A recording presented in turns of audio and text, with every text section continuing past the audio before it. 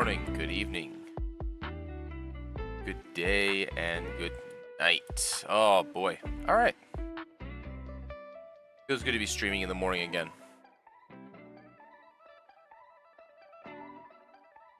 I hope you are all doing well this lovely morning.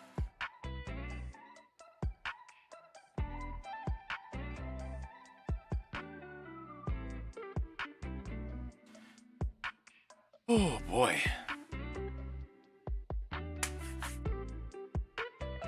Let us continue from where we left off. All right, so just a quick refresher. I'm going to go through everything right quick before, so I can remember exactly where it is where I was.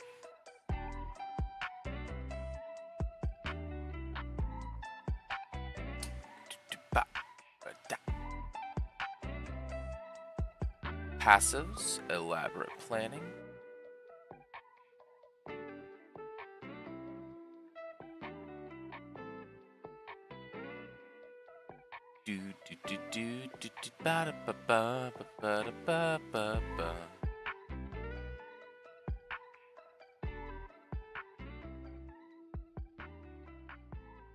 All right.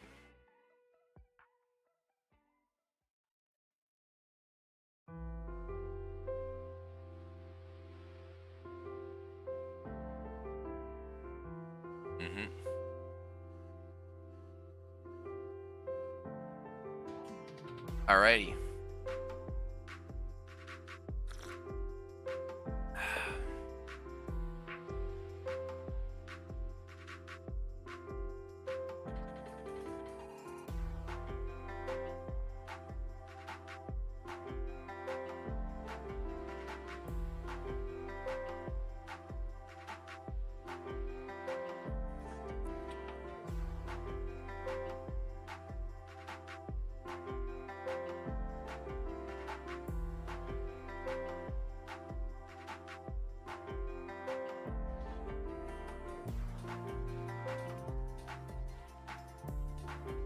All right.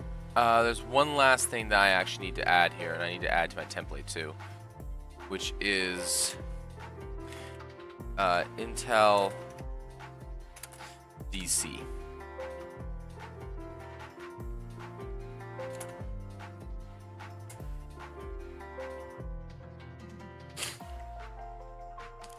And that's actually very important, because the Intel DC is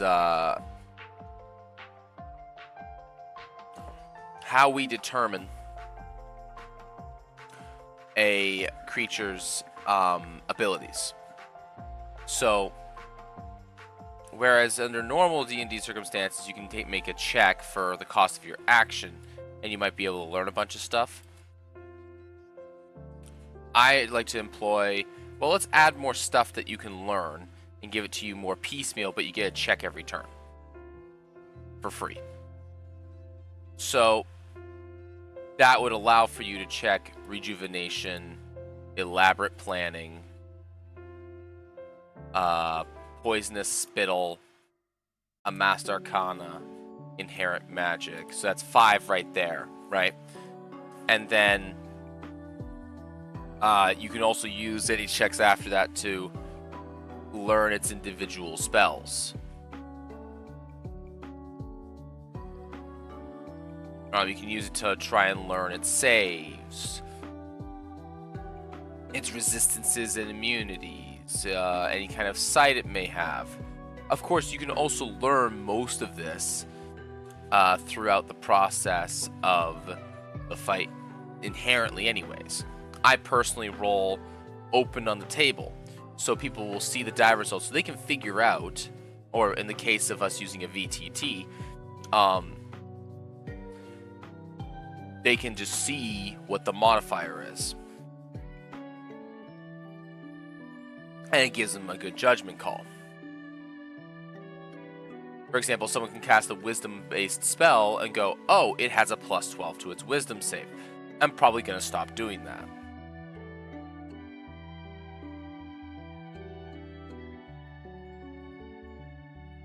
Stuff like that.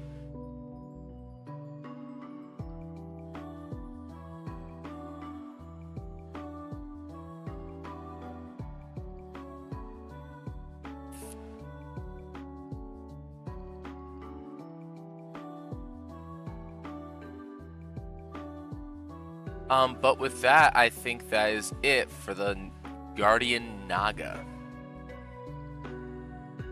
Excellent. So we have the Guardian Naga, and the Guardian Naga is done. So that's the secondary one, alphabetically. So next on the list is the Spirit Naga. The Spirit Naga is the evil Naga. Ooh. Excuse me.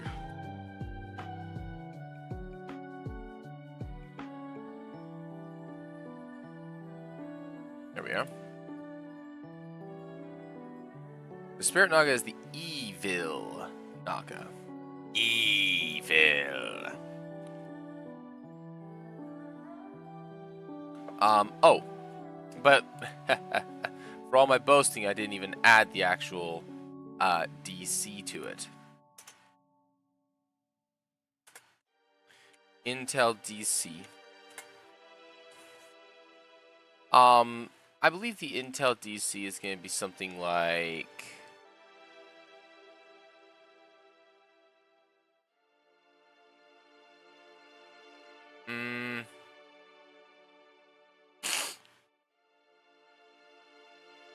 It's a CR10 creature.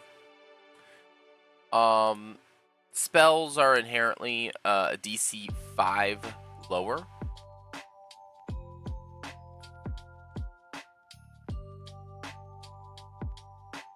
I think a DC 18 is good.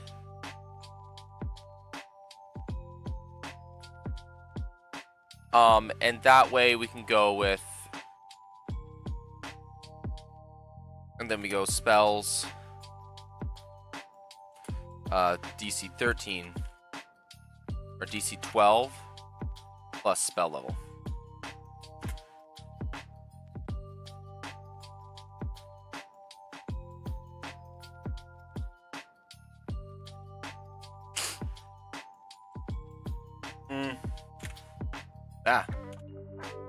Whoops. Didn't mean to do that.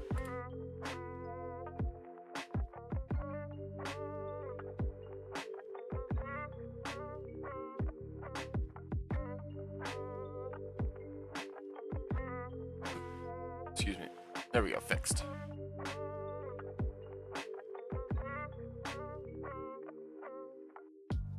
There we go. And this will give players a better chance of kind of learning what they're up against. And this is religion. Actually, I guess it's because it's a monstrosity, it's actually nature.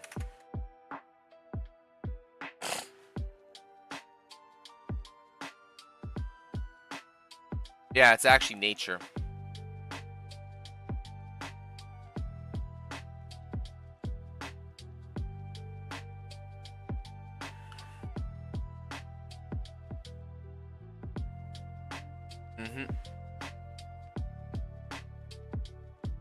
Okay.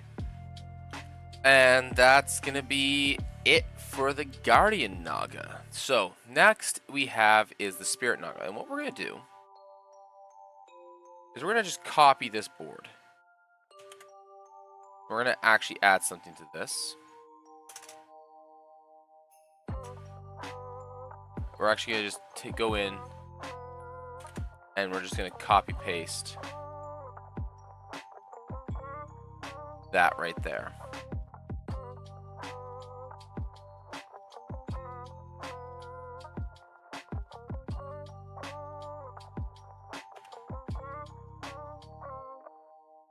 There we go.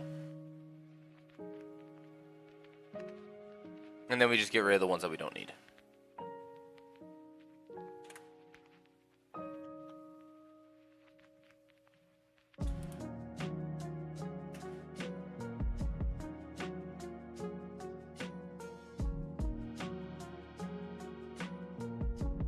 All right, copy all this.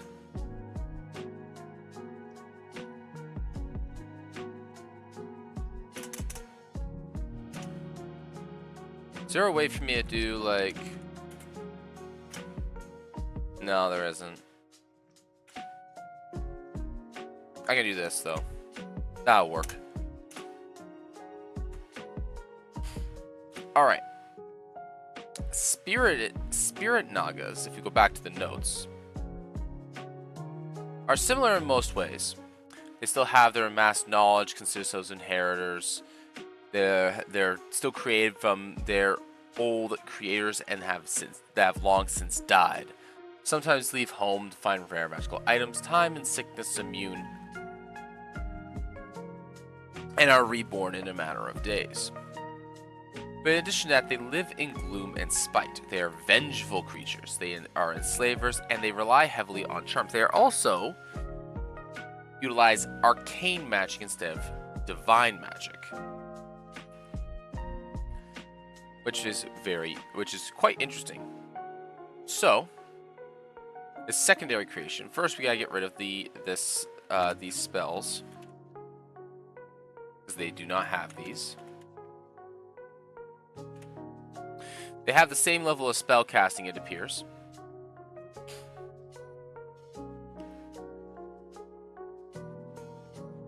I'm going to give them inherited magic, because I think that stays the same. Same with the Master Arcana. Poison Spittle should also remain.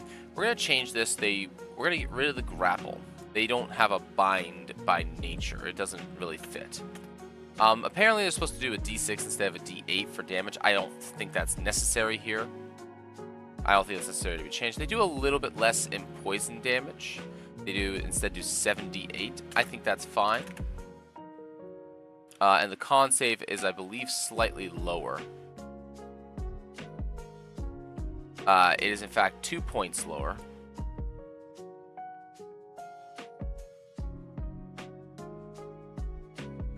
For a CR8, I think that it shouldn't be that much lower.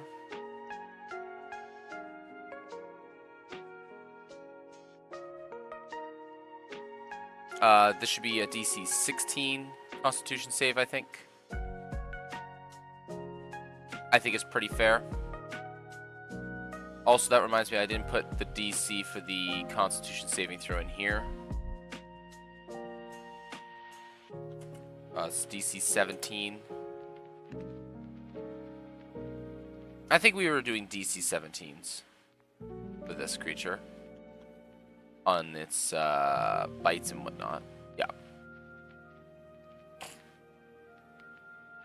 Its spellcasting DC is, we'll say, a 15 instead of a 16. Because 2 points lower on the yeah, I think it's better to have it just slightly lower.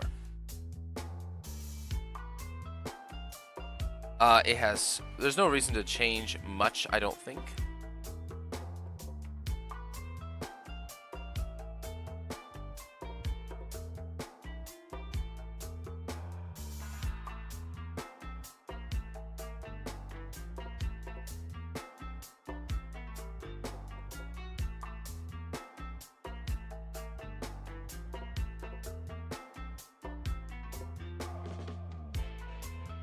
Hey, AZ, thank you very much for swinging by. I see that you're here. Why is it not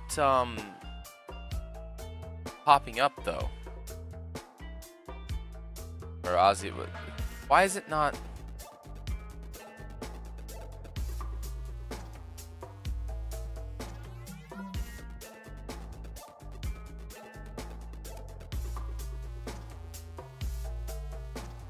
Oh my gosh. Probably auto mod. No, not that. The notification for stream, like the alert box didn't work.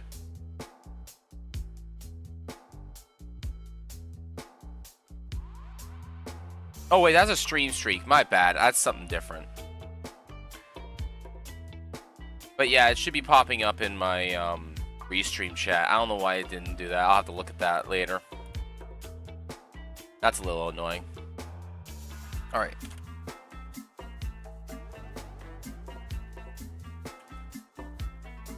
Charm person.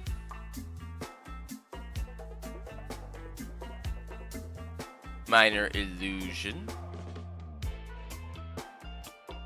Wait, that's a cantrip, idiot. Detect magic. And sleep.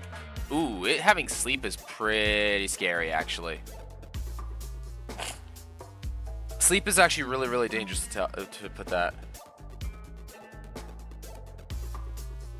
Air chat until I sleep. Hey, sounds good. Whatever floats your boat. Detect thoughts.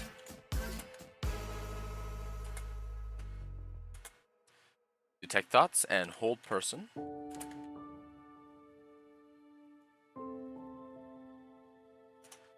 No. You alright? I'm doing alright. I think so. I think I'm still kind of waking up.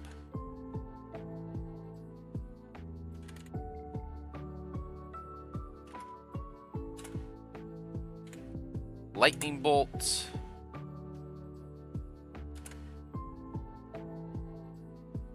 Water breathing. Light. Dimension door.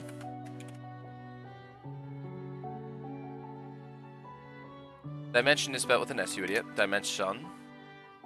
Well, I'm just asking because people don't usually say whatever floats your boat or something like that unless it's someone that they're pissed at. No, if I'm pissed at someone, I tell them to do. I usually just tell them straight up.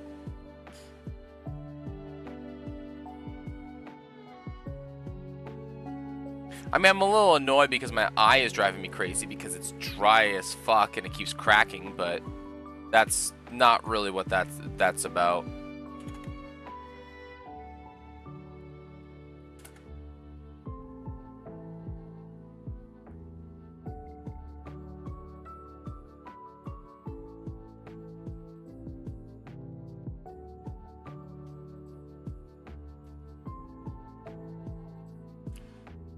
Alright, so these guys will have inherited magic. They'll have amassed arcana. They'll have poison spittle.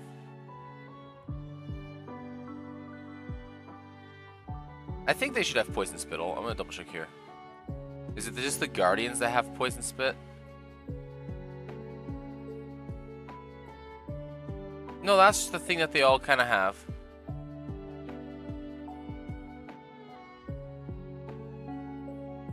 Players for D&D, people really need to remember the phrase that actions speak louder than words. It's the entire reason why we have something called lawful stupid.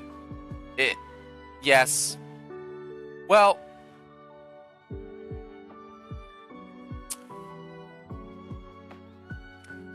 lawful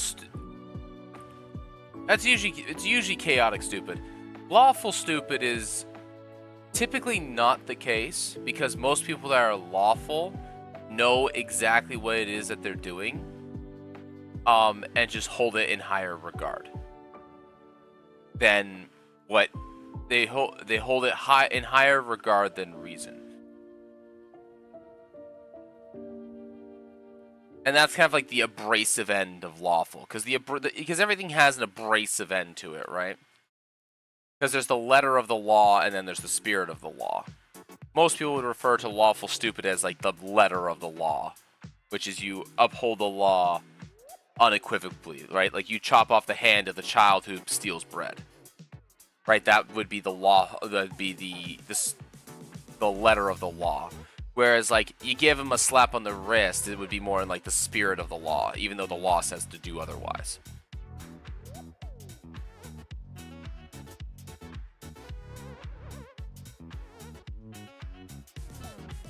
Being a dumbass, not even endearing and kind of dumbass the player, personally being a dick kind of dumbass, and they choose lawful, so lawful stupid. I mean, sure.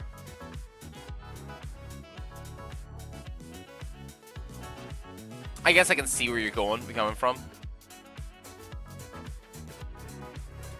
We're gonna keep the poison line spit. The bite attack needs to come down a little bit.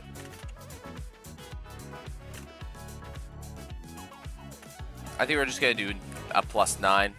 Going from 8 to 10 does not have massive increases in armor class. nor does it have massive increases in attacks. Most big increases in armor class happen between level 1 through 5, and from there it usually goes up maybe another 1 or 2 up until about level 10, and then it might go up another 2 in there. It usually goes up by, generally speaking, by about 1 or 2 per proficiency bonus. So I think having a +8, that way he struggles to hit the heavily armored blokes, but he still has options in things like Lightning Bolt, Blight, Dominate Person. These are all like really, really good ways to get around problems. Sleep, people, not to make a pun, but people sleep on sleep as a monster spell, especially as time goes on, because it can actually devastate parties that rely on the paladin, that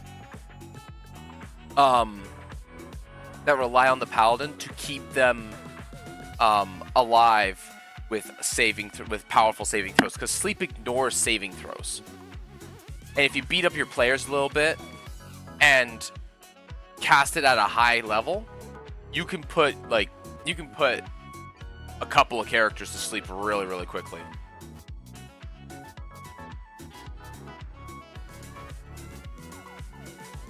Doesn't have a direct correlation to alignment system. It's just referencing those people kind of players. Yeah, fair enough. Shalom, my friend. Hey, Reaper, how's it going, bud? All right, things that are different. Elaborate planning. It is not going to have elaborate planning.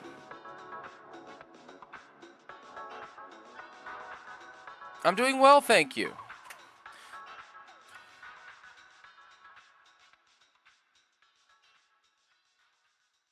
We're just going to save all this right now before I forget. So the thing that is different,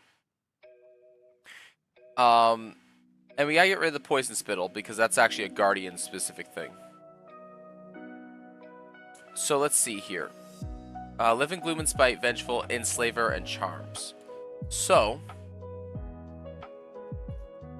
let's go back to the top here. So this is gonna be Spirit Naga.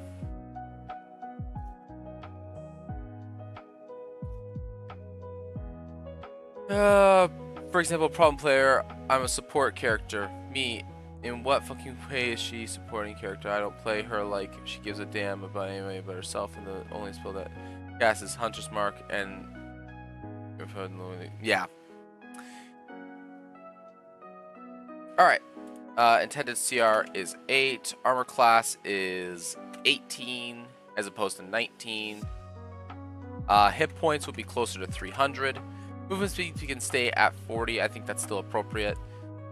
DC, inherent DC will be I think a 16.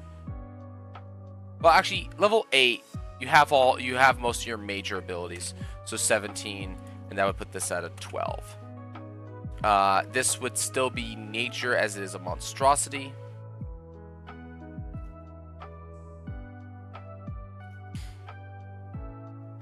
And then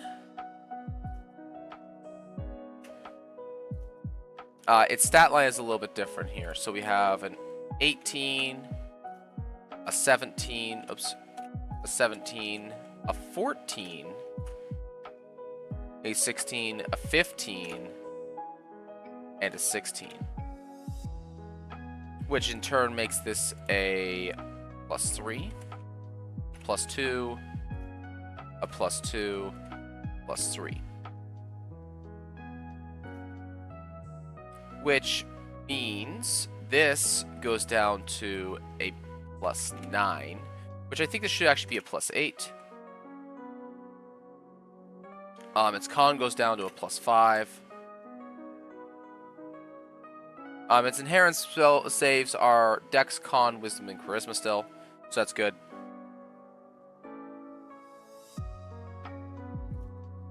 What haven't you done in a sec?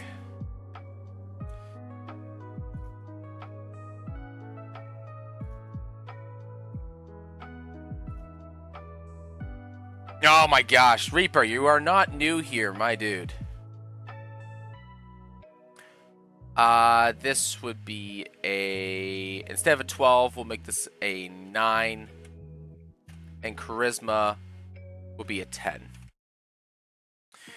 This does make it a little bit better than standard at, it also loses true sight. This makes it a little bit better than standard, obviously. And it has abyssal, which I think is a little bit weird. But you know what? I'm not going to argue with it. Skill-wise, it does not have... It still has... I'm still going to give it athletics, so that it's hard to grapple. It still has its all of its major things, but it does not have stealth. Instead, it's going to have persuasion.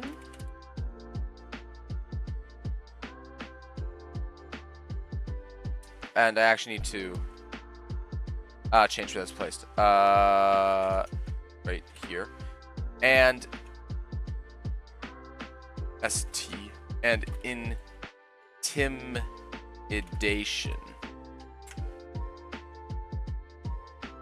And we gotta do, oops. Adjust all of its numbers here. Actually, its athletics would be the same. Its intelligence-based skills would be 1 less. 2 less, actually. So this would be a... Actually, everything would be slightly lower. That'd be 5. That'd be 5. Its insight would be a 5. Oh, wait, I'm looking at its constitution instead of its intelligence. Its intelligence is a 16. This would be a 6 then. Insight would be a 5. Intimidation would be a 6. Persuasion would be a 6. And religion would be a 6 as well.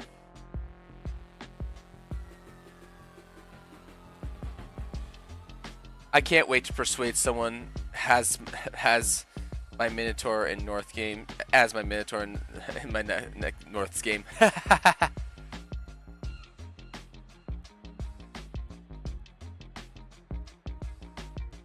I'm telling you, intimidation is the best stealth skill. Strength-based rogue half-orc. All right, just give the man a stink eye. You don't see me. Do you see anything? I don't see anything. Greatest thing ever. Alright, it does not have the merciful traits. It has the ruthless.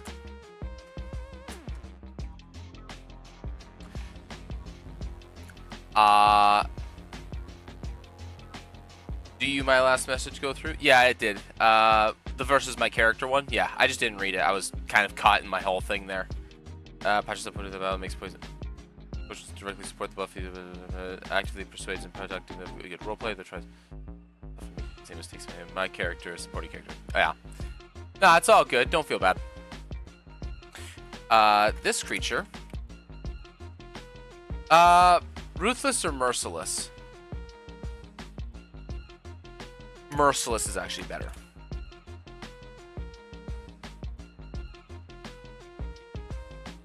On a Minotaur of all things, which is the most hilarious part.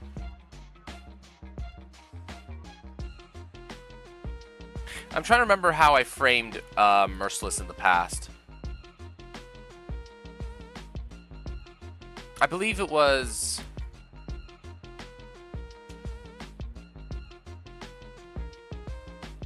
we'll kill a downed... Yeah. We'll kill a downed creature if it is advantageous to do so.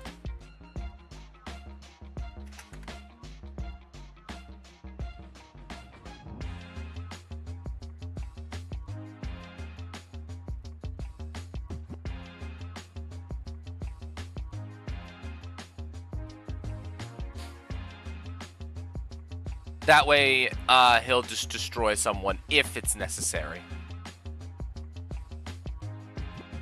But this one is going to also have Lord.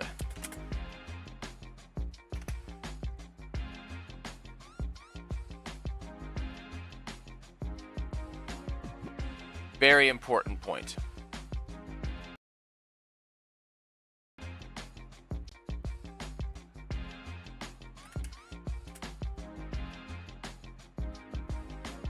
There we go. This creature has minion-based actions and or abilities.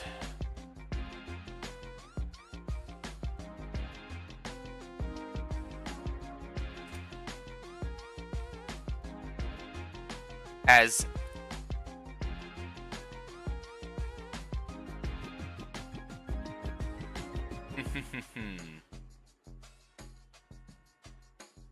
it doesn't have brutal or synergy or anything like that.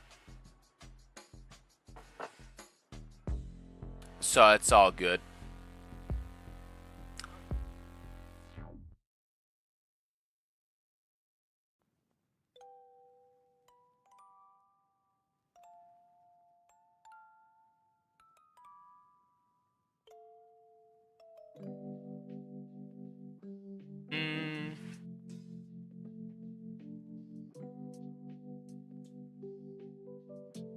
Has clever. So we need to give it some minion-based abilities.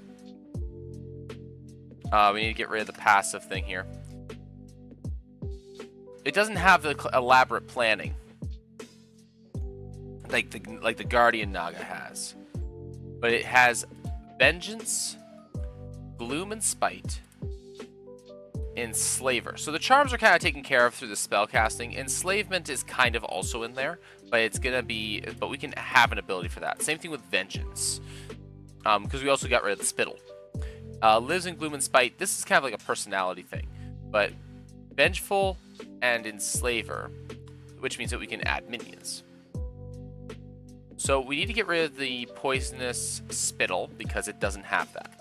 I also got rid of the Grapple because I feel like the Grapple is not appropriate for this guy either. This also needs to come down to a 16. He's a little bit less front-loaded when it comes to damage too. Having 3 less poison dice on his bite is pretty good. We're also going to change this to 1d6 plus 2 magical items instead of 2d4, shrinking the range down a little bit. So he has instead 3 to 8 instead of 4 to 10. Otherwise, the magic can stay mostly the same. So we need a few things, a few last couple things for this. We need minion-based abilities, and then we need to make his minions. Assuming that this is going to be for a party of 4 at level 8, there's a lot we can do here. Now you don't have access to 5th level magic here, so we can't give them anything particularly powerful, but we have access to 4, which includes things like Polymorph, Dimension Door, some wall spells, and things of that nature, such as Wall of Fire. Polymorph obviously being the big one. This also means that characters have access to things like Blight.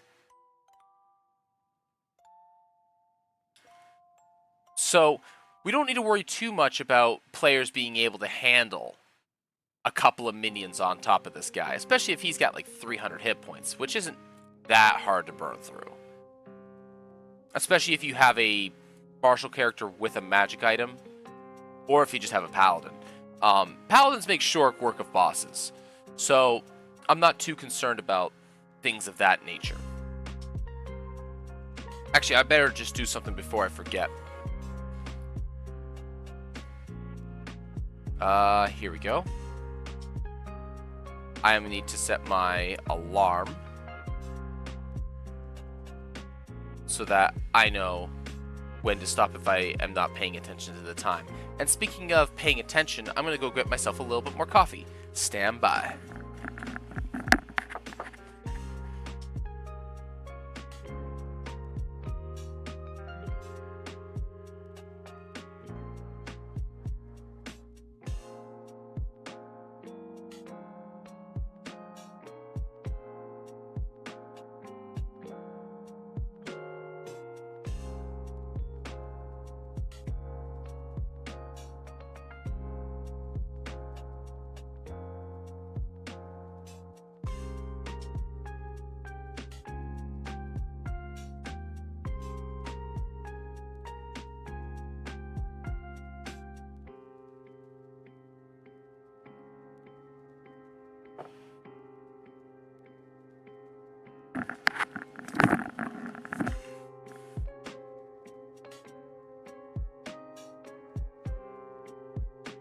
Alright. Nature's DC being 17 might seem a little high, but at level 8, players have a druid will passively have what? A +4 in their wisdom, maybe +5, and then they'll have a +3 from their proficiency bonus. So that puts them at +7, +8, which means that half the time the druid is going to get the check for the big abilities. What you're saying is my Minotaur Paladin would be good against bosses. Yes, Paladins are inherently really, really good against bosses. And actually, if you just watch Fatebound and watch Brogesh just tear through monsters, it becomes incredibly obvious how potent, like how powerful it is for him to do that. He recently gave up his Mithril Greatsword, actually, which I think is kind of amusing because that actually did more damage than his Trident, but his Trident has a higher accuracy. Because the Mithril Greatsword, which he could use in one hand because it was Mithril, did 2d6 damage, as his Trident only does a d8. But the Trident, if my memory serves, is a +2 weapon. It's either +1 or +2. I can't remember off the top of my head. So it does slightly less damage. But he can smite with the Trident at range. So that's kind of like the trade-off that he's taking. But being able to go, +2d8, +3d8, sometimes +4 if it's undead. Plus, like, the smite slots for d8s is very, very powerful. Because that's 2d8 is +9 damage on average. 3d8 is +14 damage on average. Plus 4d8 is 18 damage on average. And if you crit, you double those. So giving advantage to paladins when you're fighting like heavy hit point monsters is incredibly powerful. And I'm actually really happy because only one of them has a birthday 20 still, and that's actually Brogesh.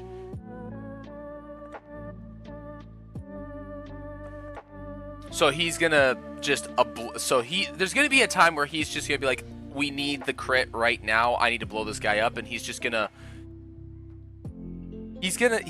to one of these days. My fear is that he's going to figure out that he has spells that have smite in them, and that he is going to turn around and go, I'm going to cast this spell, which is a smite spell. I'm like, okay.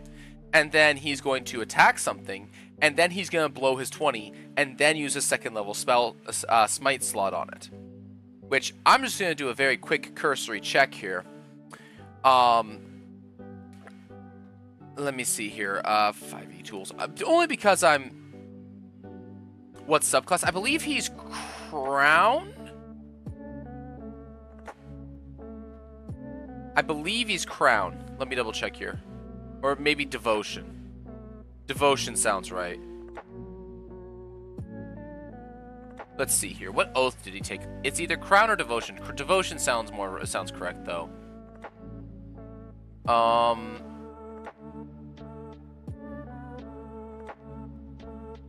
Let's see here. Yeah, he took Devotion. Because it's the charm aura. So creatures can't be charmed. His channel divinity is Sacred Weapon.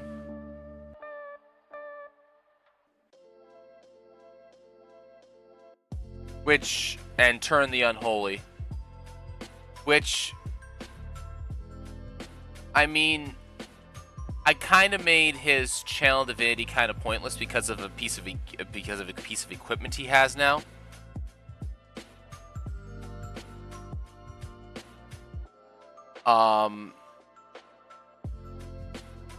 Being able to add his charisma modifier to the web attack. So I mean, it does stack.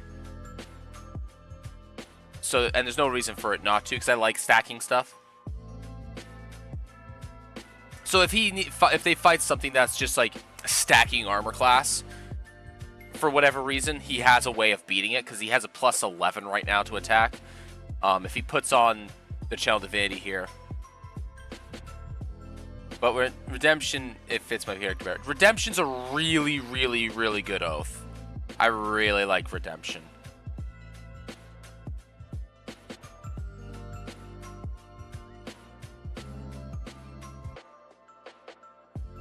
I believe it gives you... What does the Guardian Aura do? 10 feet takes damage. You can, instead of that, imagine take that damage. Yeah. Being able to just take damage for someone that's in your aura is really, really good.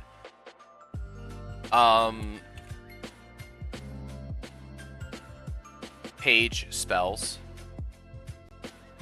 And then we're just going to filter this real quickly here. But I believe...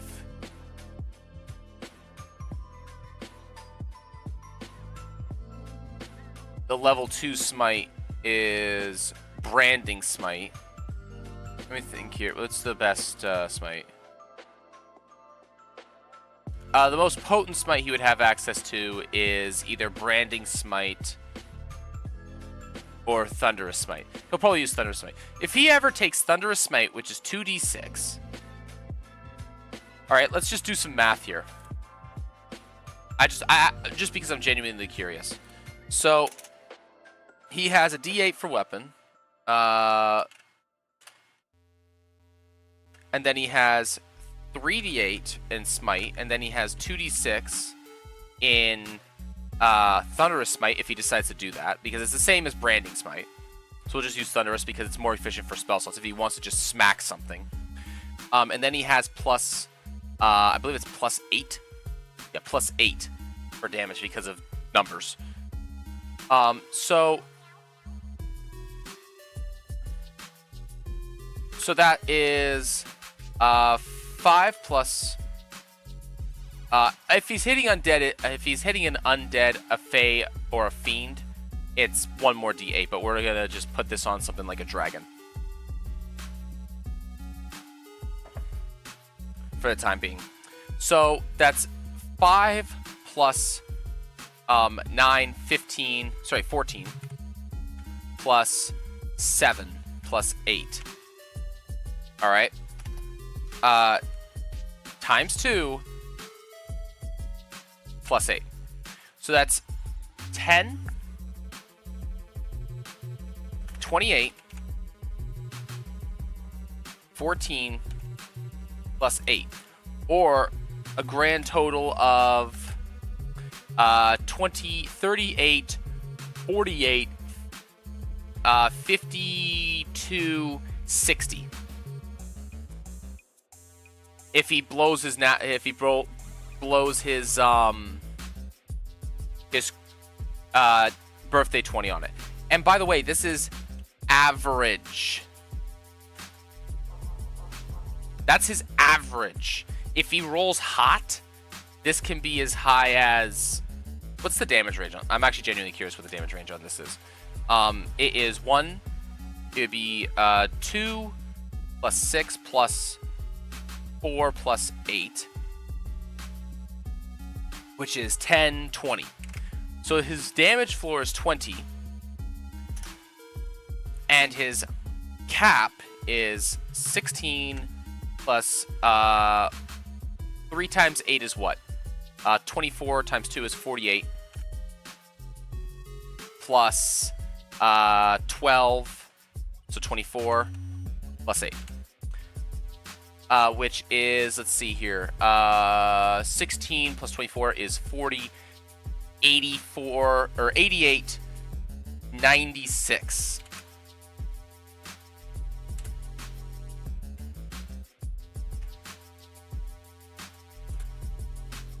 So he does anywhere from 20 to 96 damage. If he stacks up his smite, his smites and blows his birthday 20 on it.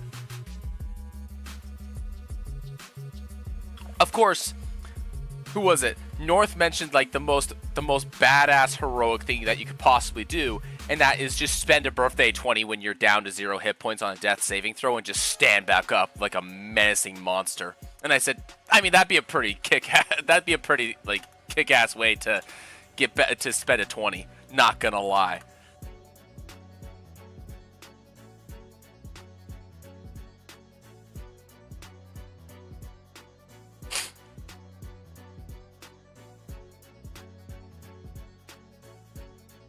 But yeah, I mean, that's what paladins do though, right? Like, and anytime that you roll a 20 naturally, you can just do that, right? Like, because smite is on hit. So this is why paladins are so dangerous. And this is why the assassin paladin multi-class is so popular. Lived on 1 HP and killed the fairy boss. Yeah, exactly, right? Now, that's a half-orc thing, which Brogesh is also a half-orc. So, he is incredibly hard for me to put down. The way I put down Brogesh is by forcing him to take damage that he can't avoid through dex saves. Even though he has, like, a decent dex save just because of his charisma, that's the only way for me to do it, because it's only, I think, actually, like, a +4. So, it's not really that good.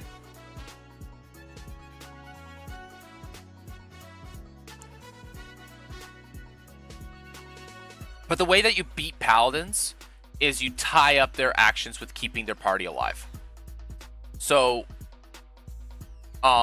it's the same thing with clerics, right? The way that you beat clerics is you don't let them, to prevent them from destroying single target bosses, because clerics are really good against bosses too, is you tie up their actions, saving their friends, right? You put the wizard on the floor,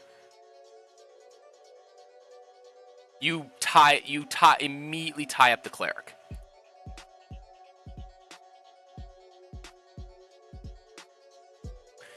All right. So we need vengeance and enslavement. So we're gonna add a passive, and we're gonna go with vengeful gaze.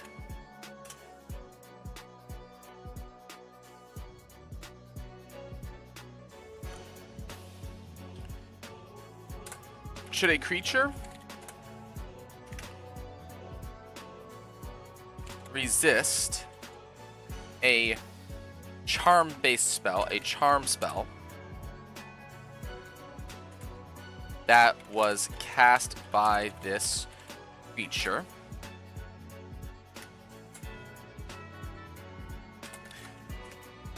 they become... when. I'm gonna turn my headphones down a little bit. I don't know, is the music too loud? It doesn't look like it on my end. It should be fine. It's just kind of loud in my ears if by the looks of things.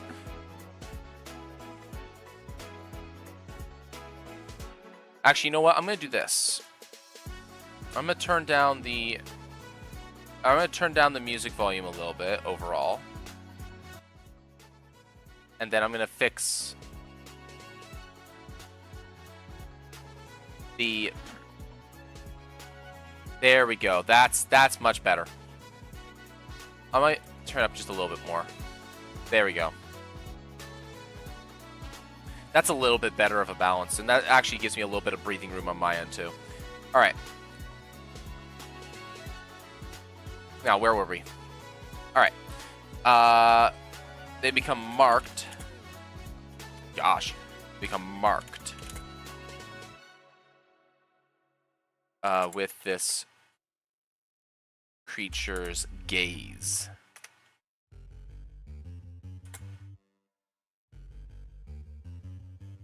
For the next minute. No.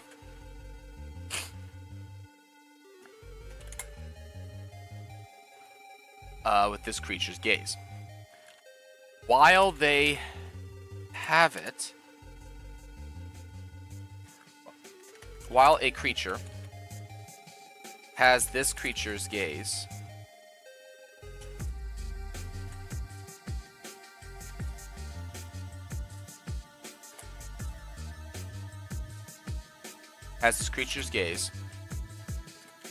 they have disadvantage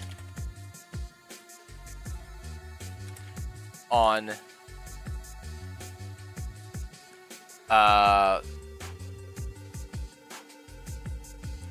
Constitution saving throws.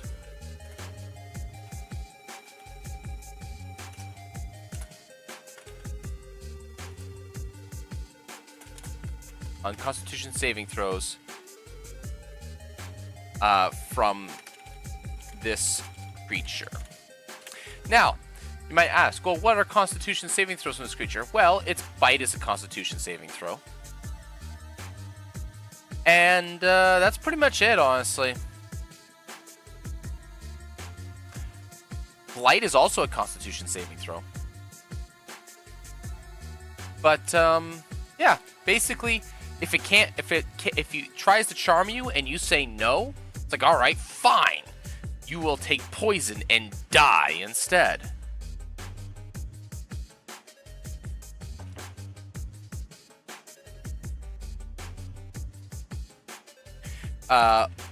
Only one creature.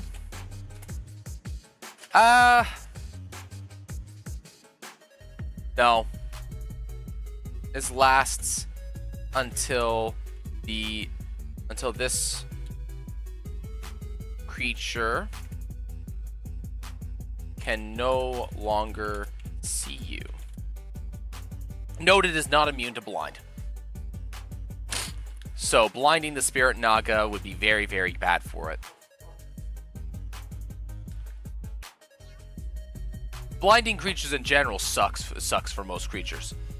And it doesn't actually have the greatest Constitution saving throw.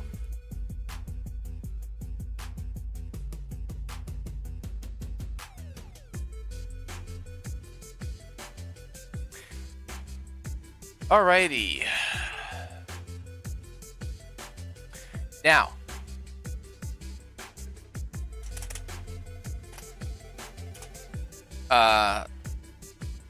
we need to do something else here, which is we need to create.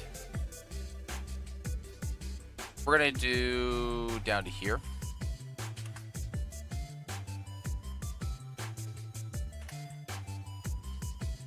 And we go a couple of asterisks. This is Naga.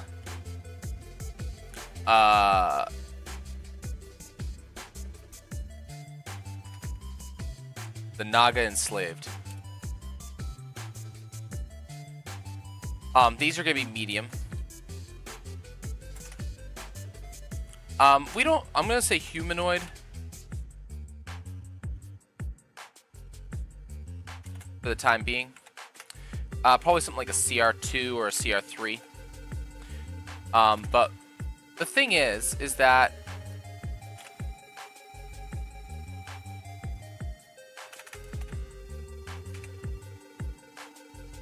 the problem is, excuse me, there's no information in here about what they like to enslave. It just says that they like to charm foes, drawing them in close so they can sink their fangs in.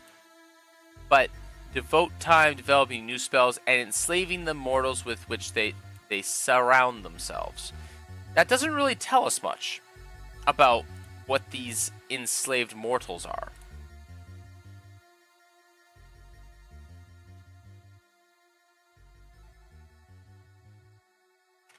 Spirit Naga. Let's look at a few other places for the Spirit Naga, shall we? Forgotten Realms is a good place to check. Oh! The The 3.5 Spirit Naga is terrifying.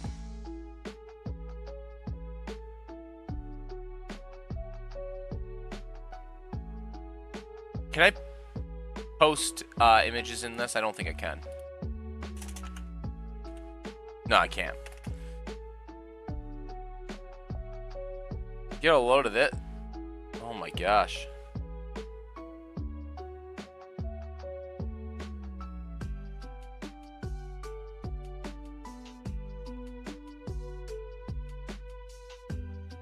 Get a load of the look of this thing. Window capture.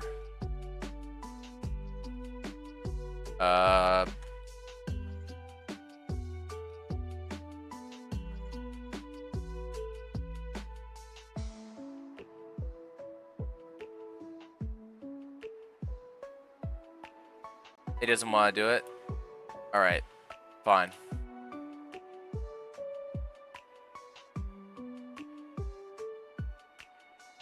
Delete that. Yeah, we're gonna in fact instead add this. We're just gonna do this.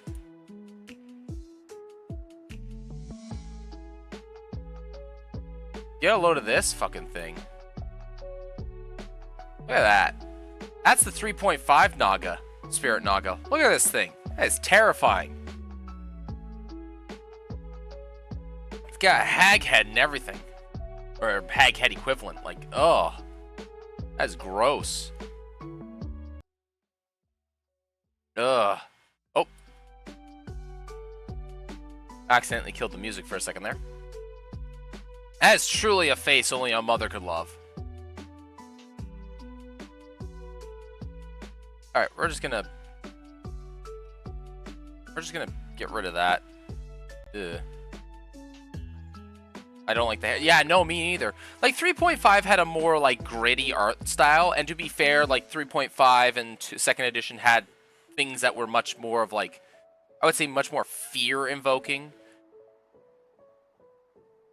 than 5th edition has. But oh my gosh. Let's see here.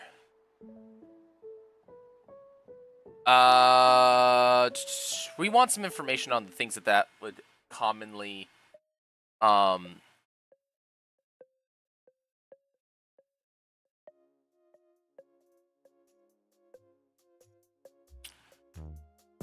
things that they actually like to enslave. Here we go. Society, combat, personality. See glass, ugliness. Let's see here. Cunning creatures preferring spells and traps, often attacking without warning. I'm not looking too much for that. Here we go. In Child Spirit took the role of chieftains over Paltera folk, being worshipped by cults, preferred solitude or ruling over lower creatures. The Patara folk, I believe, are the like the dinosaur style creatures.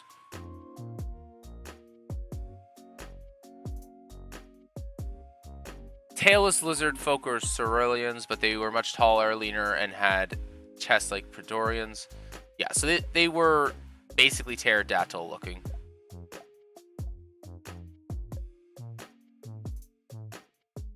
Yeah, they're like primordial lizard folk. Okay.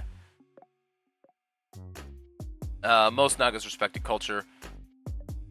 Lore and consider a worthy goal to preserve it, leading them to claim homes and ruins and nations. Even vile and evil-spirited Nagas loved destruction, established lairs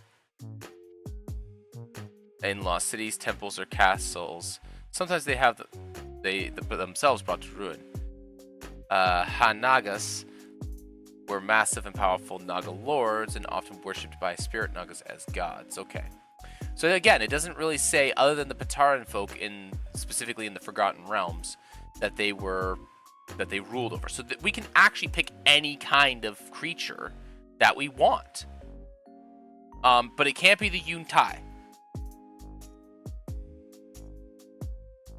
Because the Yuntai I think is how you say it, were actually rivals to them. And they are the ones that actually developed the means by which to turn them into bone nagas, which got them killed permanently. So, we need to make sure that we'll just say humanoid, various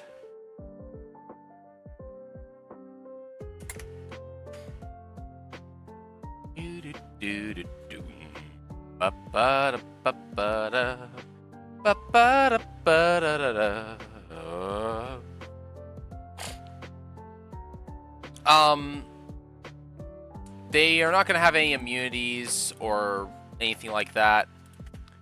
No special senses. Language, abyssal and common. We need to change their scores, though.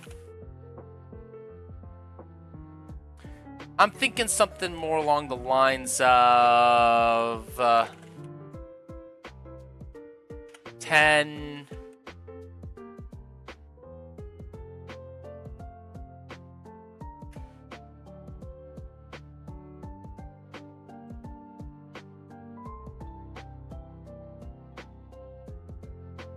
Thinking along something along the lines of, let's just start with 10s across the board.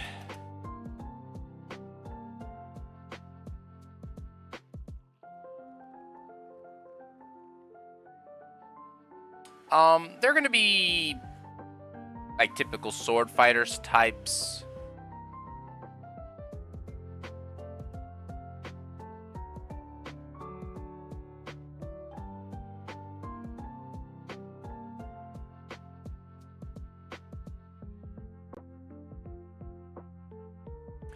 Let's go with, let's just grab a CR3 creature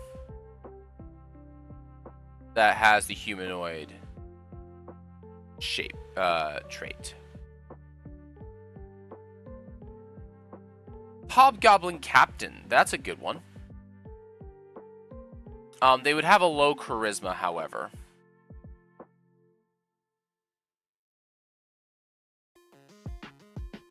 Let's just grab the Knight. The Knight's actually a good pickup for this. We would just change their stats around a little bit. So, well, actually, let's just look up cult. Cultists. Or cult fanatic. Cult fanatic is a good one.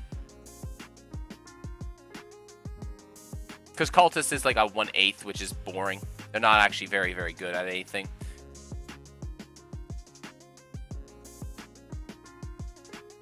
But we'll change that a little bit. So we'll give them...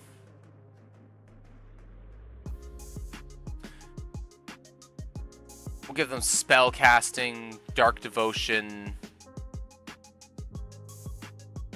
Or not spell casting. We'll give them dark devotion, multi-attack, and some alright equipment. So let's go with... Well, let's just start with the stat line then.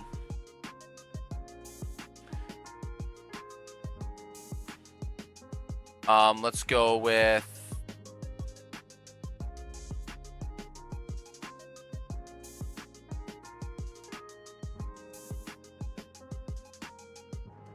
Let's go with...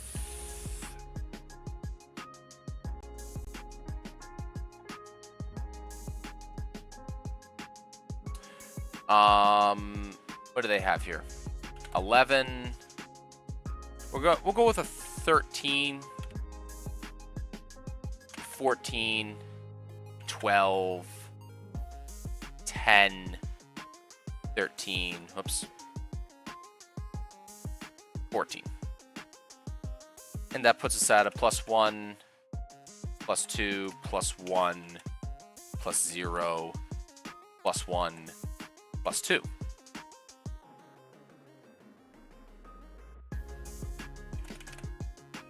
We're going to, in turn, make their saves a little bit closer to this. I don't think we're going to give them any special saves.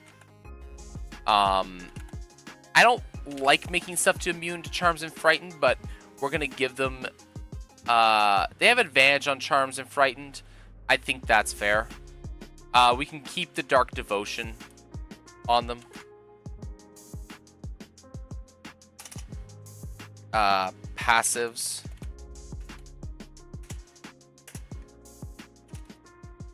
Dark devotion.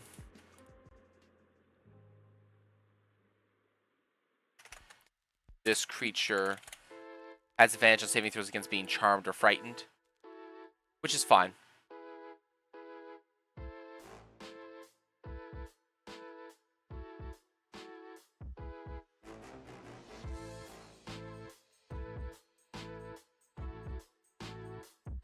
And then we can also go, hey, Saf, I made a thing.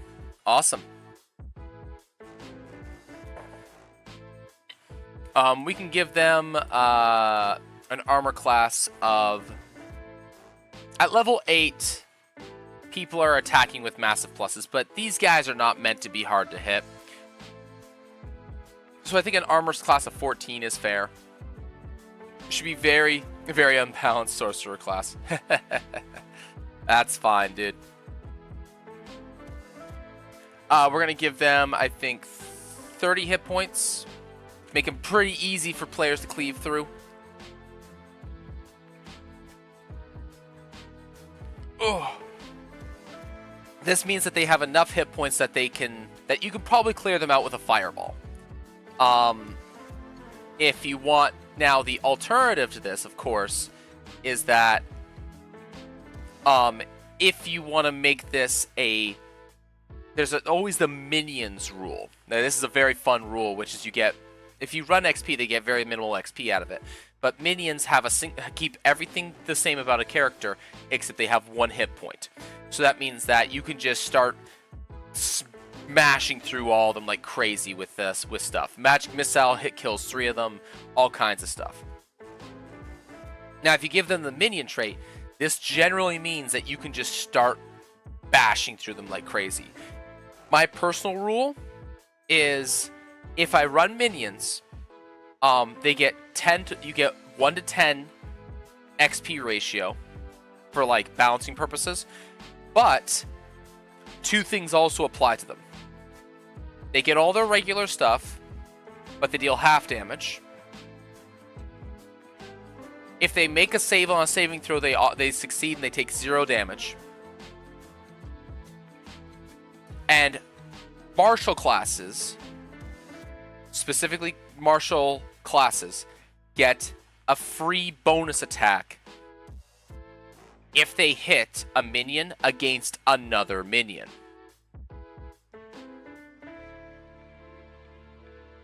So the reason for this is that I'm actually just going to make minion rules that make it really, really fun, because otherwise it's too easy for the wizard to just blow up massive swaths of enemies and the fighter to kind of just fall off still.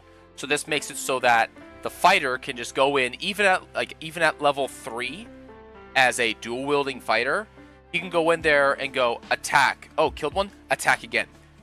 And then attack with his second attack. Killed one, okay, attack again. Bonus action, attack, killed one, oh, attack again. He can just go in there and just start cleaving.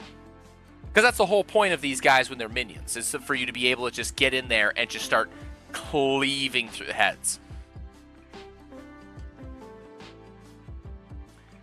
They're not going to have spell casting. They're going to have actions, or not actions, abilities. I think that's how I organized it, right? Traits, passives, and then abilities, and then they have their thing after that. Okay. They have multi-attack.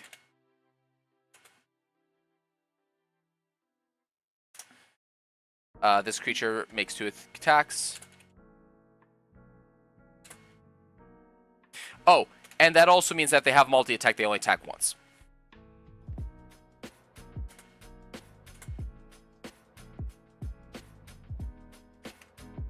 When it makes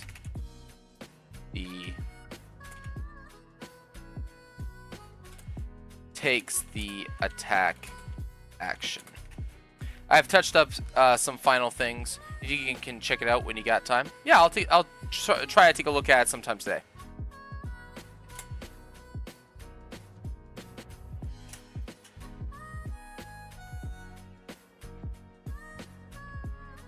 Also, Monster Manual Naga. Yes, Naga soup. I mean, wouldn't be the weirdest thing that I've had players make. God, do I remember the Gully Dwarf stew. This is going to be dagger or spear. Not all of them are going to have the dagger. So dagger, spear, scimitar. Basically, I'm going to put in GM's choice for this. But they get a plus... A CR3 creature should have a +5, I think, to attack. +5 or 6.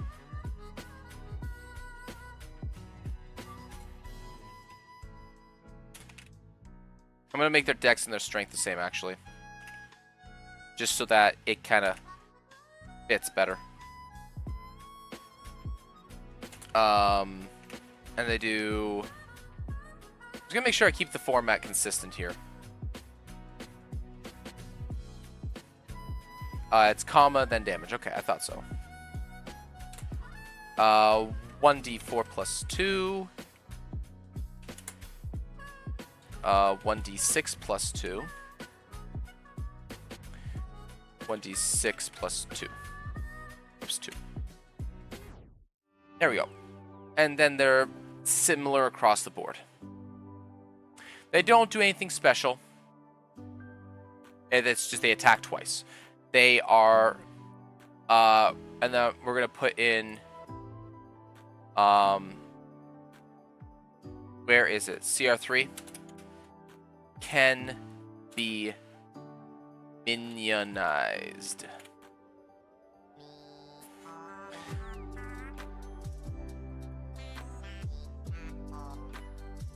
And I think this is, I think the point of,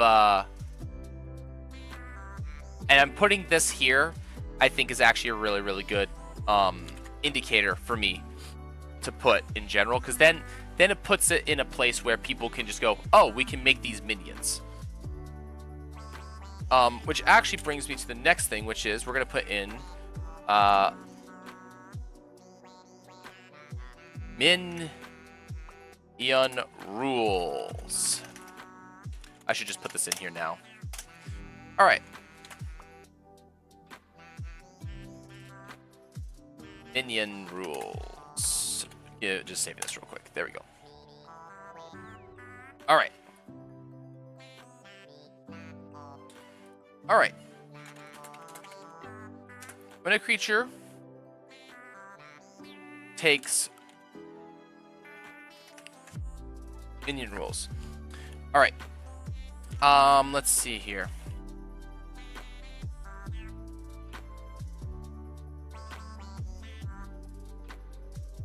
Ow. There we go. All right. Sometimes having a horde of enemies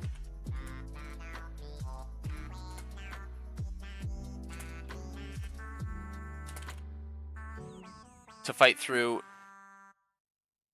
is better than a handful of devoted experts. Even when they are even when they themselves are minions to a much more powerful creature.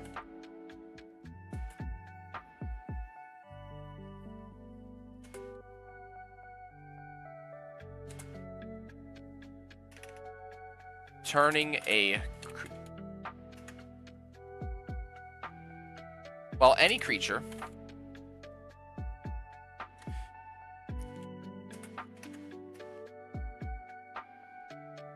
Turning a creature into a. Need to go to sleep. Apparently, it's healthy. Apparently, it's healthy for you.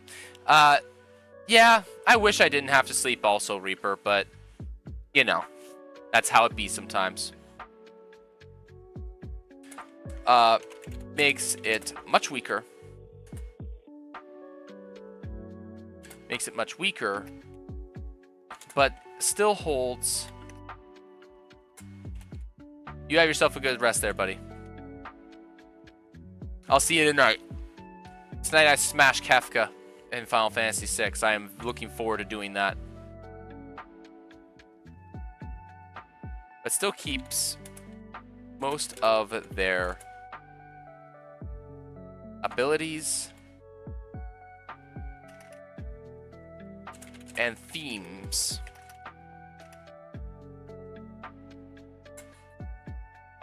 It keeps most of their abilities and themes, making them both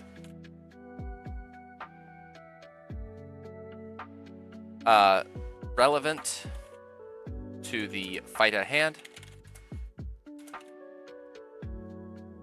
and disposable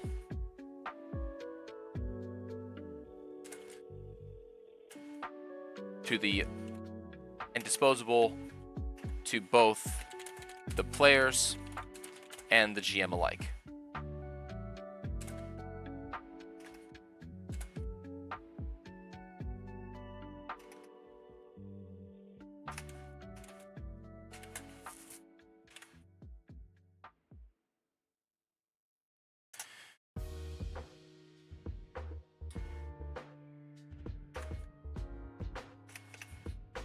While you can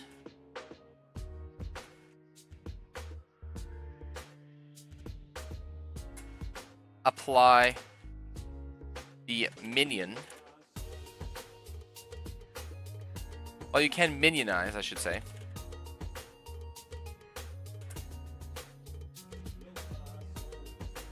I'm just gonna make sure I actually use their same.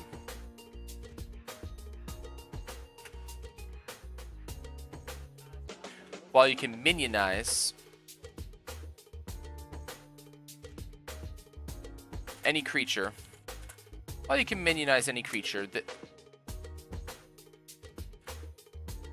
creature that is recommended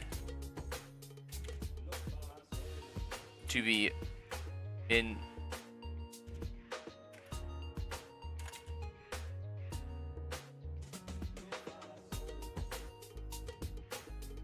we're gonna actually just do this. While you can minionize any creature, a creature that is recommended to be minionized will be indicated as such. Where did I put it? In its CR. As such, with its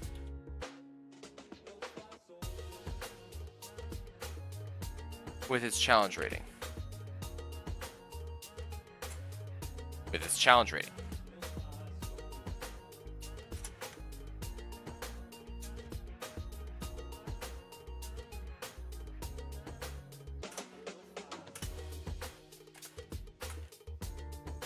Make a creature a minion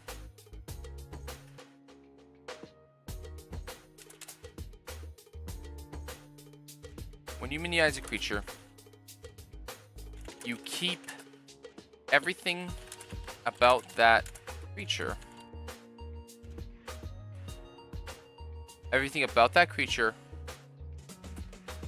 Changing the creature with the following changes.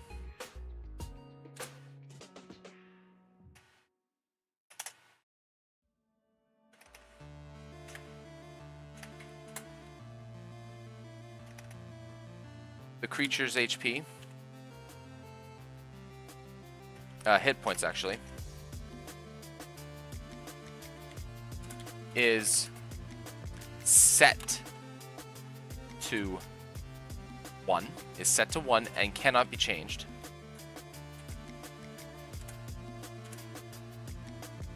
And cannot be changed. The creature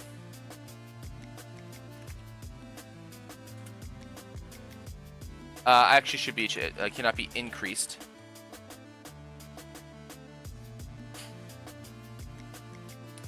The creature cannot gain any temporary hit points.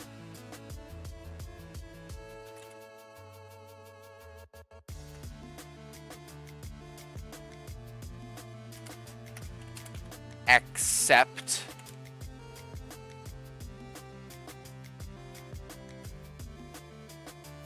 other than abilities from its lord.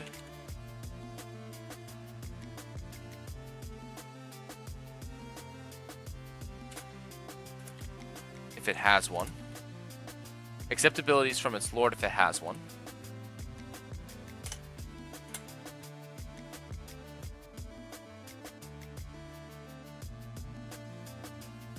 It loses can only attack once.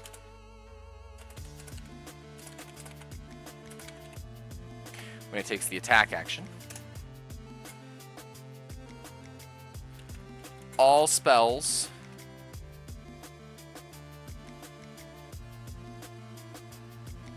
spell saves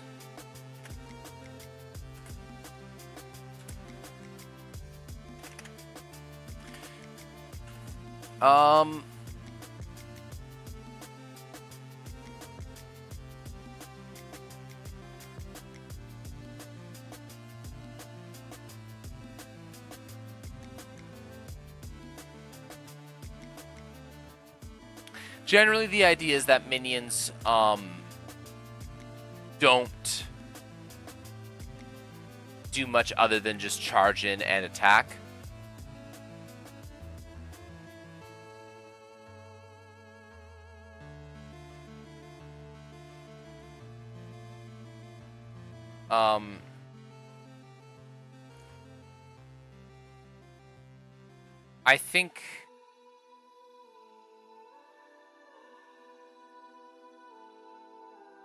I think if I make it so that most of the time minions that are minionized are not spellcasters, it will solve this problem.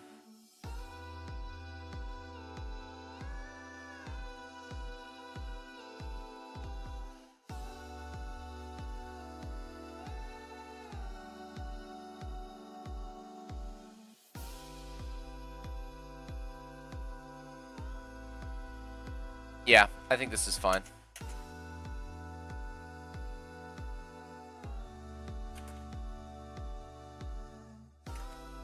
When players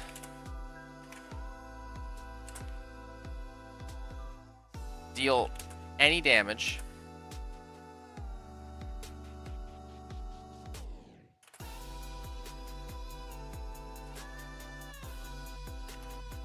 actually, I'm just going to keep it in the point list here. If the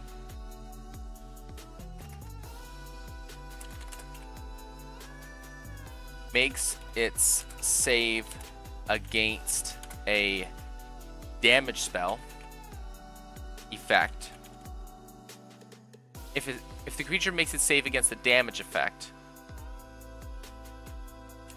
it takes no damage instead of half. What's that feature called? Is it evasion?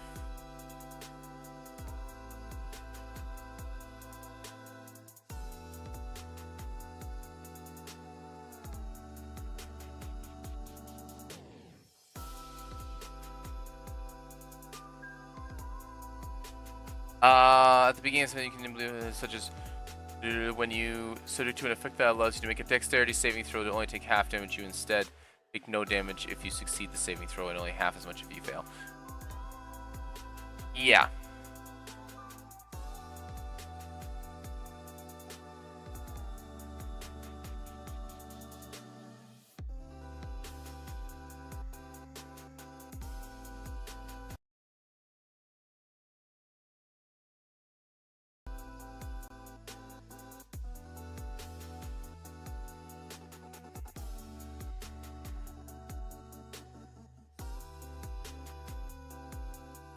I think it's being a damage effect like this is just, I think it being worded as this is a little bit better.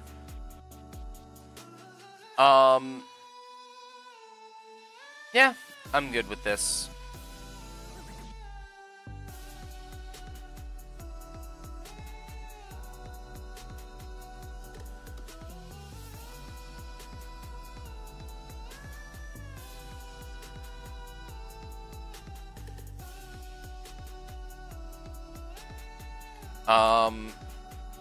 If the creature makes its save against a damage effect, it takes no damage instead of half.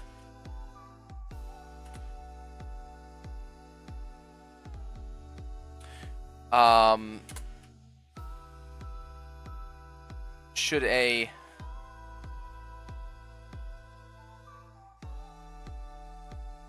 marshal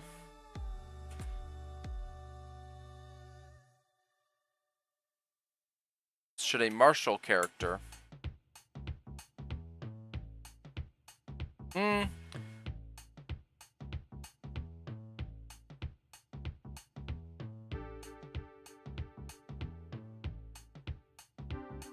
no.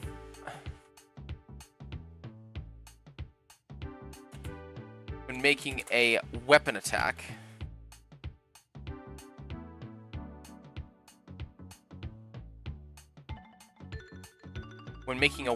against when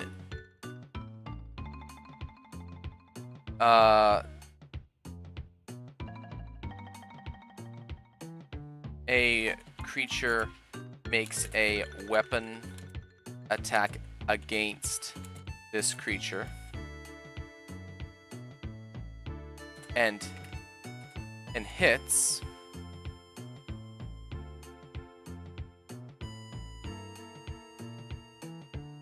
the attacking creature gets a secondary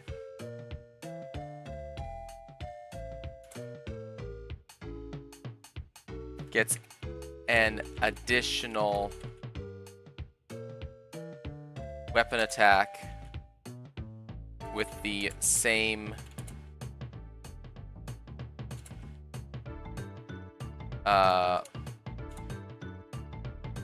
again, this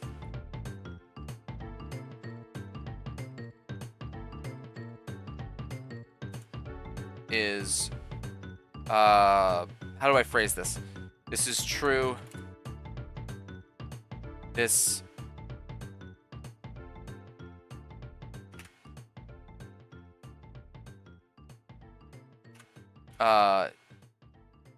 when a creature makes a weapon attack against this creature and hits, the attacking creature gets an additional weapon attack against the same creature.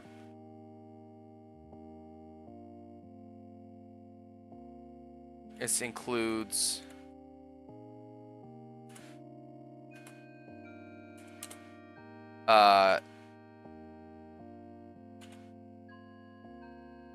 this should be creatures' characters. This includes characters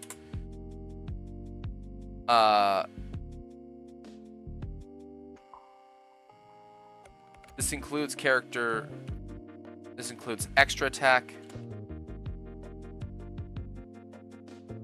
This includes extra attack and the bonus action and offhand attacks. And offhand attacks. So this means like characters like the fighter and the monk can absolutely just go into, and the barbarian for that matter, can absolutely just run into a mess of these guys and just start busting heads. The monk and the fighter would be especially good at this, which is kind of the point. Because that means that at level 5, the fighter, who is dual wielding, it gets 3 attacks. It's like, okay, that's pretty cool. So he can cleave through 6 of these guys if everything hits. The monk gets 3 inherently. But if they flurry, they get a 4th one. Alright, that means that they go in there 1, 2, 3, 4, 5, 6, 7, 8. And it makes sense. The monk should be going in there and just going pop, pop, pop, pop, pop, pop. Just busting heads.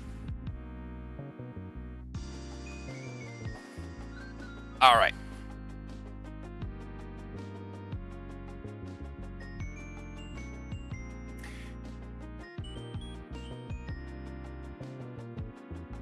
Now there's one last thing that I'm considering, which is I was considering making it so that they do half damage, but they already lose multi-attack, so I think that's fine. Reducing the rolling, I think, is the number of times you roll is better than reducing rather than forcing additional math. All right. So the Naga enslaved can be various forms of humanoids. Can be minionized, which means that they get 1 hit point instead of 30. At this level, this means that you can, throw up a wall of fire and it will pretty much obliterate them.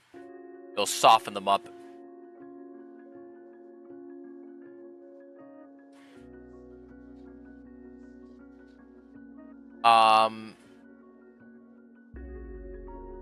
Yeah, that's pretty much it. And then they have the Vengeful Gaze, and then I need to add a minion ability.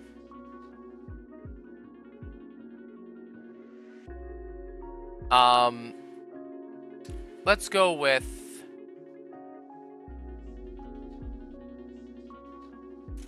Focused Vengeance.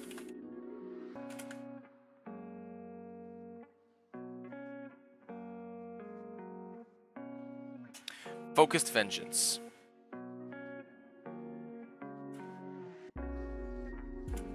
As a bonus action. Does this creature have much bonus actions? No. Alright, as a bonus action, this creature can direct its minions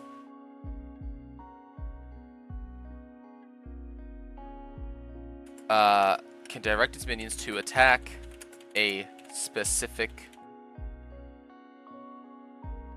creature that has its, I believe it's Vengeful Gaze specifically. Yep.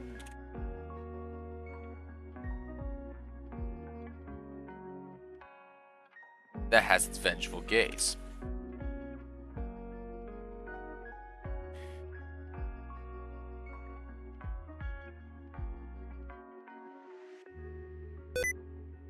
Oh my gosh, didn't want to do that. Minions that attack the targeted creature have advantage on attack rolls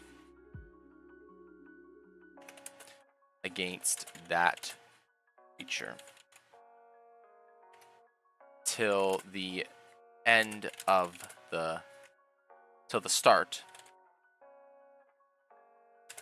of this creature's turn. There we go.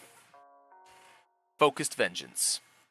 Alright, so Spirit Naga, a little bit weaker than its Guardian Naga rival, has an armor class of 18, which most characters will be hitting at level 8 on a pretty regular basis.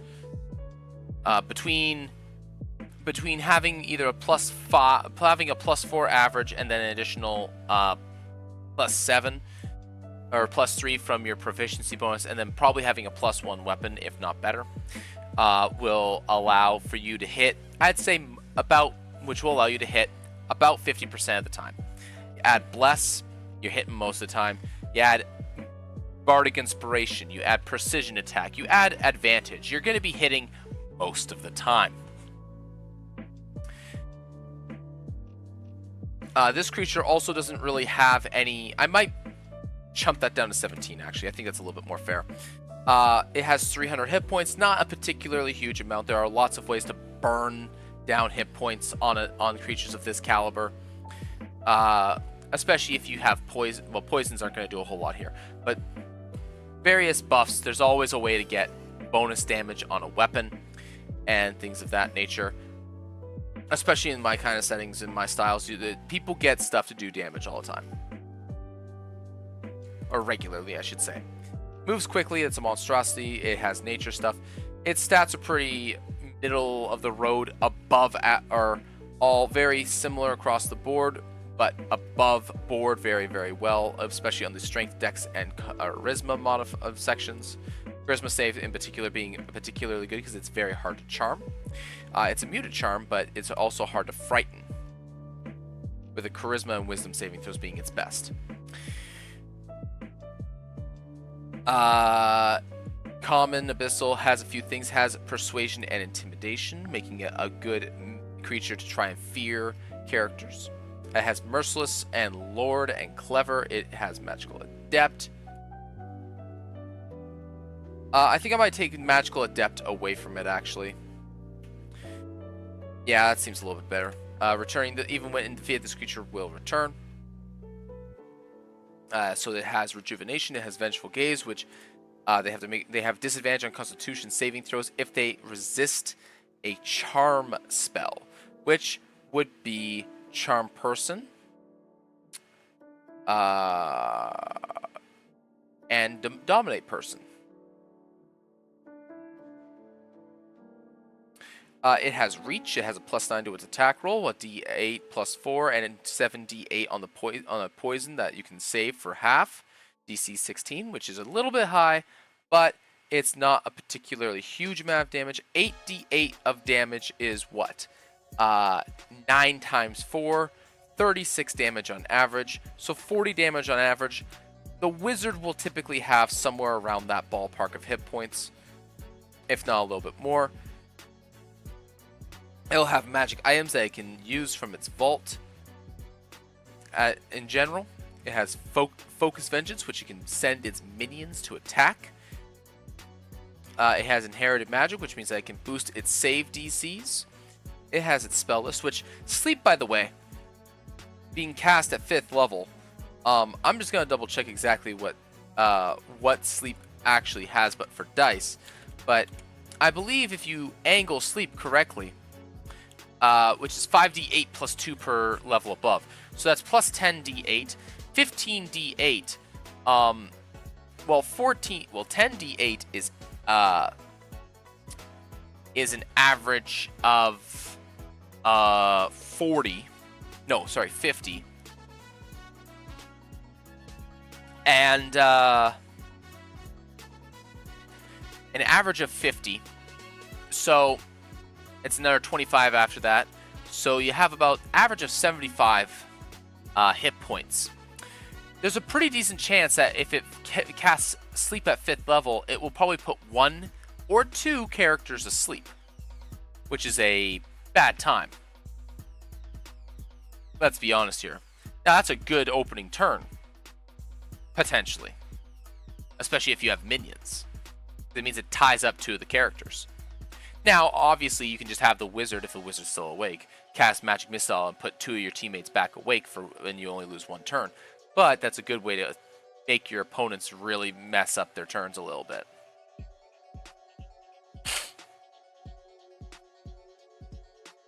Charm Person and Dominate Person are obviously quite useful. And can really make, especially if you boost the DC, it can make it very difficult for the players to make those saves, especially if you make it as high as 20. Now, you'd be burning a 5th level slot, but you want to make sure that Dominate Person goes off. Well, you Dominate Person the Paladin, which is going to be good at this, but let's be honest here. If he has a +4 to his Charisma, that's a +8. He's still not favored to make it. Blessed mates and Bardic Inspiration might save it, but yeah, that can make things really bad really fast. And then, of course, we have his minions. They have advantage against being charmed or frightened. They don't have any special benefits beyond that, and they have 2 attacks between the spear, the dagger, or the scimitar. There's a bunch of different ways that you could do this, of course. I think I'm going to actually add the light crossbow in there as well, if you want to have them be able to shoot a crossbow.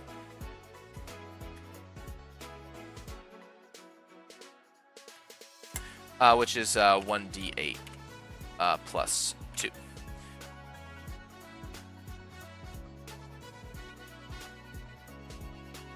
Which, of course, means that they can only make the single attack from range, but if you make them minions, it's a little bit better.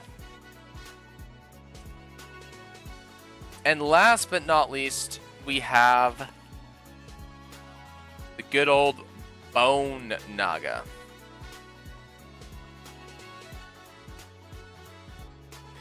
Now, the Bone Naga, if my memory serves,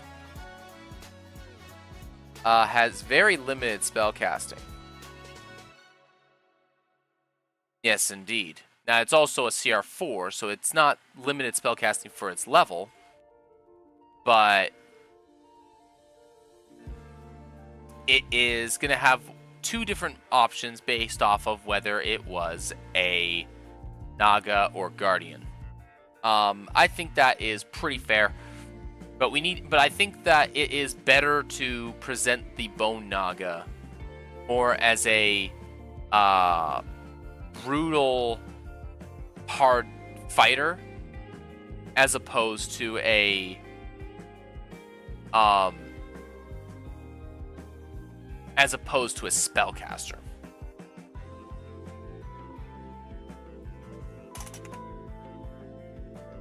We're just going to add a good old line here. Oops.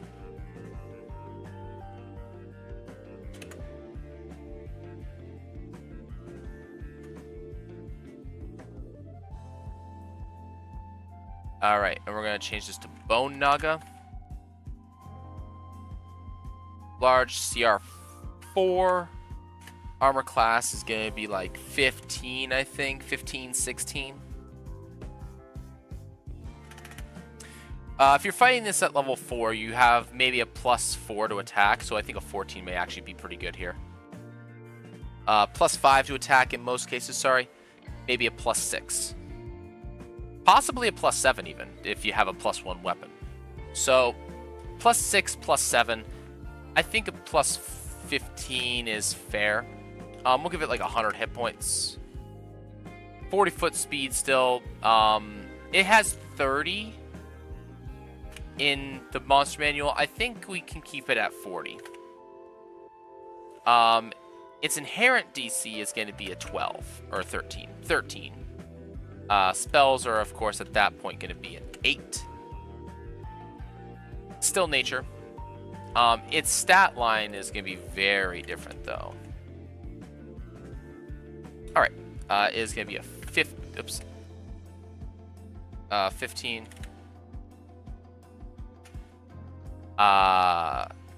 16. I just remembered to ask, why redesign everything? Because it fits with my game style a bit more. So part of the reason why I'm redesigning things is that one of the things that I do with my GMing style is that I give creatures a bunch of abilities along with their spell casting to make them a little bit more, in my humble opinion, make them a little bit more interesting. I find that most creatures in D&D 5e, and maybe it's because I got bit by the 4th edition bug a little bit, but most monsters in 5th edition, in my humble opinion, are, with the exception of like one thing that makes them a little bit different, and then their environment, and then of course there's like all their cultural stuff and all that, but when it comes to them mechanically, I feel like a lot of them are underutilized for ways to make them interesting because of the stuff that... But everything? I mean... Yes, because why not? So, like, here's a really... Like, I like to do custom monsters anyways. But let me give you an idea here. A level 3 monster that I made. Let's see if I can actually find it here. Or boss fight. Where is Family's Birthright? Is it not in here? No, it's not. Okay.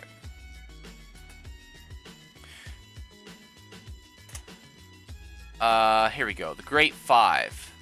So I had a monster called the Great Five, which was a level 3 boss encounter. It had 12 AC and 150 hit points. And like, it's a boss fight, so it's supposed to be like a bit of a grind. But it had, let's see here. It had 1, 2, 3, 4, 5, 6, 7, 8, 9, 10, 11, 12, 13, 14. It had 14 abilities and up to 5th level spellcasting. And the whole point of this was, and it sounds like a lot, but half of the had a bunch of these abilities were things that just went off every round. Like it has these abilities that go off one after another in a round. And it had a unique passive. It had a unique ability that was a like a mark or a condition that it applied. And the reason I did that, and then on top of that, there's another thing which I have to actually write this out, which I might actually do in a minute. Is these intel checks is during your turn, you have a free check that you can make on the enemy or the environment. And then, so this is kind of like the recall knowledge skill that they have in Pathfinder, which is you can look at the creature and try to like read its movements, read its abilities, like the martial thing. Much? What are you talking about? It's a simple creature. Yeah. Like that creature that I was describing could also concentrate on up to 5 levels worth of spells at the same time. And like there's all kinds of really, really crazy stuff it could do. But it's one creature facing off against 5 others. So it needs to have a bunch of stuff to kind of, help it. And this is kind of the reason why I redesigned things to kind of fit with themes a little better. So like, for example, like the Guardian Naga, for example, is that for its elaborate planning, which kind of like plays into the idea that this Naga, it makes plans, it's ready, right? When it's in solitude, right, which I had to write a mechanical number for it, but when it's in solitude, it can cast a spell targeting itself so that that requires concentration, and it no longer does. And then after it takes a turn, it gets a free spell cast 2 turns later. Right? It's stuff like that make it more interesting rather than simplistic. And being able to make a check, and then I will literally just read the ability out or copy paste it to my players, depending upon how we're playing. That then they can play around it with its specifics. And that's one of the things that I really, really like. That's probably one of my 2 favorite things about D&D is players figuring out how to play around a creature with information that they're able to glean, both through play and through being able to kind of incite it before it comes. Right, because there's the intel, which is like you read the creature's abilities, but there's also the knowledge-based one. In this case, it's nature. It gives all these intelligence-based skills a little more value, which a lot of the time they're kind of valued poorly, I would say, in most games. Why not create new things? Because while I do that already, it is very difficult to come up with something that is truly original. And I would rather redesign creatures that people already know and understand for them to be able to pick them up and use them. So if they already have an idea of stuff that's already common in D&D, so like let's to continue with the Naga idea, right? You have a party that's going to be going and taking on a spirit Naga. It's like, well, okay, that's cool. Well, the spirit Naga is pretty good in of itself already because it has potent spell casting.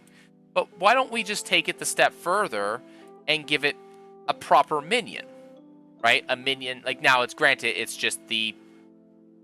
kind of just the cultist with some modified numbers on it. But it's two things. One, I would say it's better with the large air quotes, because this is my humble opinion. It's better in the sense that it's not just another creature that you pull out of the monster manual that's gonna be nothing. Because I'm gonna be straight. I've talked to a bunch of different DMs, and none of them trust the CR system. So there's that piece right there. The other thing that they do, they never go really run games with the intention of players getting more ever in a day, more than a second short rest. If they even get that. Most of the time it would be like one short rest in a day. And which is why I kind of don't like the short rest mechanic in the way that's designed in 5th edition.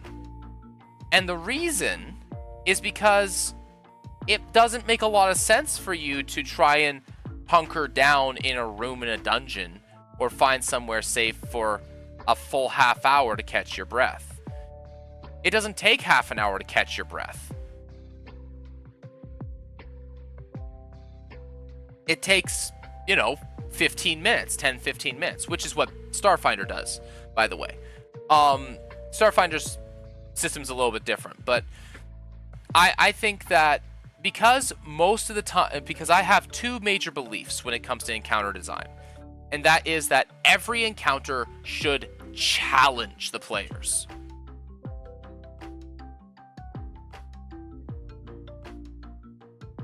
As a 17th level warlock, I suffer from a lack of short rest. No, I agree.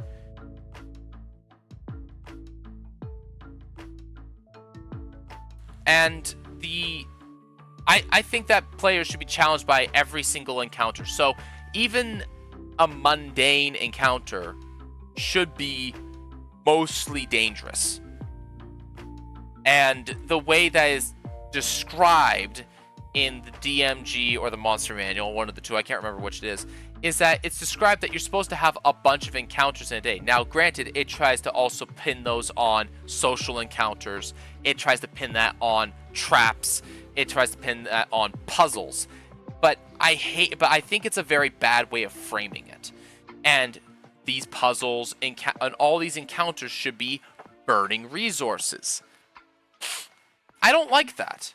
I think that most encounters are solvable without burning resources. And that most of the time spells should be I'm going to burn the spell because we either A, didn't make the checks because we don't have because we rolled poorly, or we don't have the appropriate skill set in our party because we all decided to play social characters when we're going to go into a dungeon. That's on the players as far as I'm concerned. Now, everybody should play what they want, but you should also be remembering the game that you're in. There's a whole thing I can talk about on encounter design, but I think that every encounter should feel... I feel like every single encounter should feel like a should feel dangerous. The threat of death. well, a war party for now. Yeah. I mean, that's what necromancers do, though. That's the whole point.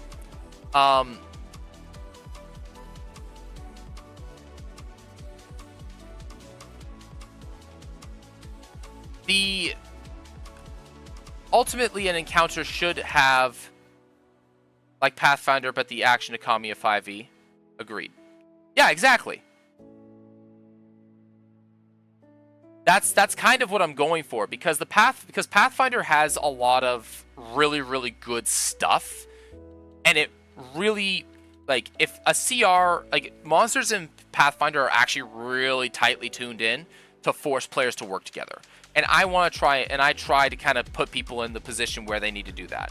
Now, that being said, everything is still nuanced, and it's easier, and I find it's always easier to kind of pull something back a little bit when necessary, as opposed to bumping something up when I'm designing an encounter. Into bone shaping, replacing skeleton owlbear ribcage with several arms for the big project. That's actually pretty dope. So, anyways, I have to get going because I have to go to work. It is 6:45. Thank you very much, everybody, for swinging by. Tonight, I have my fight against Kefka in Final Fantasy VI. So, there's that. I'm going to actually just do something here, which is... actually, no. I'm going to leave it like this. And I'm hoping to finish that tonight. I'm hoping to finish Final Fantasy VI tonight. I have to get to Kefka's Tower and, you know, beat his face in. So that'll be really, really fun. Thank you very much, everybody that swung by, that did. I love you guys. It's really, really fantastic to see people in the chat as I, you know, go about my meandering business and, you know, impose my ridiculous ideas on people. But, yeah. Oh, I didn't mean to actually walk that down. But yeah, really appreciate you guys. Until next time, have a nice day.